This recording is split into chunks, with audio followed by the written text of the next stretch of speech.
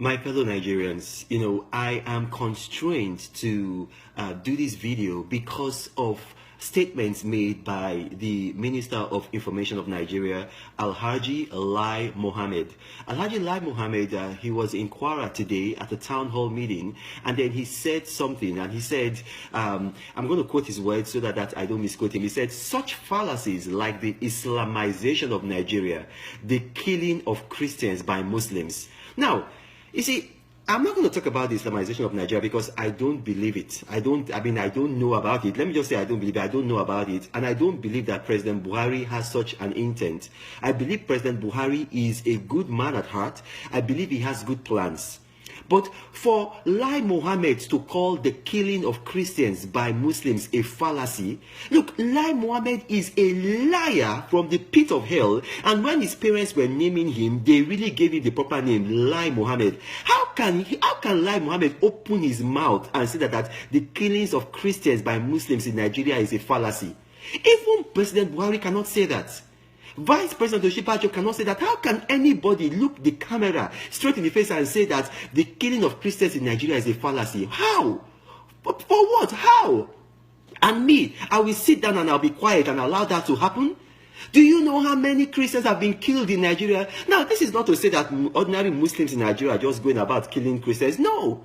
My own mother's brother is a Muslim, Alhaji Mabadeje. He lives in Akoka. He is a popular man in Akoka. My mother's elder brother, Professor Mabadeje, he retired from Unilag. He was a lecturer at the School of Medicine. This is a popular family. My mother is half Shekiri, she's half Ijebu. So she comes from the family is split between Muslims, and I have a lot of Muslims. My father went for youth corps in Sokoto at the age of 23 and never came back. He stayed there and Muslims promoted him. Shehu Kangiwa, the governor of Sokoto, made my father the youngest director of public prosecutions. General Ibrahim Badamosi Babangida made my father the youngest justice in Nigerian history in 1986. I have a lot to be grateful for Muslims, but there are some extremist Muslims in Nigeria who are killing Christians. And then for the government to wake up and then that Lai Mohammed with that is lying mouth to come and say that the killings of Christians by Muslims in Nigeria is a fallacy, that is a big lie. And President Buhari should sack that man. That man is not representing. Who will believe anything that comes out from the mouth of that man again? You as a Nigerian watching me, do you believe that man? Does the international community believe Lai Mohammed? What nonsense! I say again, what nonsense! In Kaduna State, southern Kaduna, literally hundreds, maybe thousands of Christians have been killed by Muslims.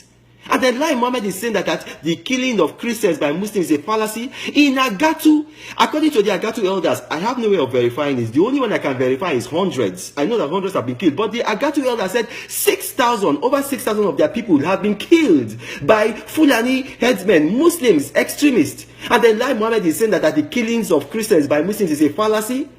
In Taraba State, Donga and Bali local government, I have been there. Not another person. I have been there. Muslims have killed Christians. Muslims have killed Christians, massacred them in their hundreds, burnt them, hacked their heads out. Pregnant women hacked their stomachs. The babies were out. If you go and Google it, you will see the pictures there. And this, oh Lord, Father, help me, Lord God, let me use temperate language. And this Lai Mohammed is there saying that it is a fallacy. Lai Mohammed, maybe they should come out. Look, this man, don't provoke people. Don't provoke people. Bridget Agbahime, an evangelist, she was beheaded in Kanu. On Facebook, one of the people that she taught by Sunday school, because she was a Sunday school teacher and later she was in Deeper Life, he came and gave a testimony on my Facebook wall. Go to my Facebook wall. This was a woman who taught him at Sunday school. She was beheaded. By who? Was it Renan Mokri that went to Kanu to behead her? Who beheaded her? It was radical extremist Muslims in Kanu that beheaded her. After beheading her, they were taking pictures of us. They were beheading her. They uploaded the pictures on Facebook. Google it. And then this Lai Mohammed, this liar, Lai Mohammed is coming to say that the killings of Christians by Muslims is a fallacy. Does he think that we are happy? We want to live in peace with Muslims. We want to live in peace with them. We want to live. Go and find out about me. When I was in law school, 1999 to 2000, my name in law school was Dan Arewa, because the northern students, they liked me. They called me Dan Arewa. I used to dress like a northern Alhaji. I used to mix with them because I believed in one Nigeria. I believed in one Nigeria. Go and find out from them. Lale from Kanu. Let me not mention their names. I don't want to embarrass them, but they knew me. I am a nationalist, but I am not going to sit down and accept these lies from Mohammed. Do you know how many people? I am from Delta State. The Obi, the king of Ubuluku in Delta State, was hacked to death by Fulani headsmen, radical Islamist terrorists. They put him in the bush. He was there decomposing. Decomposing. Can you imagine that? How many hundreds of people? The only state in Nigeria where Fulani headsmen are not killing people is Ekiti State. And do you know why? Because they have a governor who is alive to his responsibilities. No matter what you say about Ayo his people know that he will always protect them. Look at what is happening in Nigeria. In a state like Kaduna, that man, that notorious liar, Nasser El-Rufai, people were being killed in his state and he calls himself a governor. And then he admitted on tape, those tapes are there. If he wants to doubt me, we will play the tapes for the world to hear. He said that his government has identified some of these people and has sent emissaries to go and meet them in Cameroon, in Niger, in Chad, and has paid them money. Pay them money as compensation. Pay them money so that they will stop the killings. What nonsense. Which government does that? Which government does that? How can people be killing? And then you know they are killing, and then you go and meet them. Instead of you to arrest them, you are saying that you are paying them money. If they are out of your country, then you involve Interpol, international police. What nonsense. Are we going to be living like this in our country? Are we going to be made second-class citizens in our own country? You think about it. In my state, my own wife's brother, not another person, my wife's brother was kidnapped by Fulani headsmen, radical Fulani headsmen. Go and investigate it if you think I'm lying.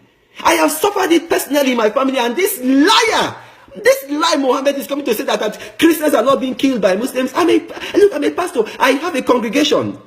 When we were in Abuja, we were worshiping. We had to have security at the gate. Security. They will frisk you. They have this metal detector. They will frisk you because people were being killed. In Adamawa State, people were meeting at Deeper Life Church. They came with guns, shot people from the window. And who shot them? Was it other Christians that shot them? Since I have been born, I have never heard that Christians have gone to go and raid a mosque, or they have gone to go and raid a place where Muslims are praying. And I look at this man, instead of it to say, okay, we are sorry. As a government, we take responsibility. We are doing all we can to solve this. We are coming to say that such fallacies like the Islamization of Nigeria, the killings of Christians by Muslims. I'm not talking about Islamization of Nigeria here. I don't know about that. I'm not talking about that. I can only talk about what I know. What I know is that Muslims, radical extremist Muslims, are killing Christians. Seriously. Right there in Cuba. Cuba is 15 minutes drive from Aso Rock. Pastor Eunice Elisha was killed after she had finished preaching the word of God. Till today, have they caught the people that killed her? Meanwhile, the man who named his dog Buhari, they have arrested him. He's been tried. He's been prosecuted. He was sent to prison. What nonsense. How can we be living in this country like this? How will we be living in this country like this? And then you there, you are a Christian, you are sitting down there in your church, and then you are doing financial breakthrough, miracles. Your brethren are being killed. Your brethren are being killed. Do you know that if one Muslim is killed by a Christian, one Muslim is killed by a Christian, do you think that there will be peace? Do you think that they will sit down? They love themselves more than we. We don't love ourselves. If not, this rubbish would not have been allowed to take place. Nobody can believe Lai Mohammed. Lai Mohammed is a liar from the pit of hell. I repeat it. Lai Mohammed is a liar from the pit of hell. If he doubts me, let him take me to court. I will open books and I will open facts and I will bring them out for him. I am comfortable. I am a wealthy young man. I have everything that I need. God has blessed me. But everything I count it as dung as long as one Christian is being killed by Muslims in Nigeria. This is nonsense. Utter nonsense. How many people, since President Jonathan left office, who has been convicted for terrorism in Nigeria? The last time anybody was convicted for terrorism in Nigeria was under President Jonathan.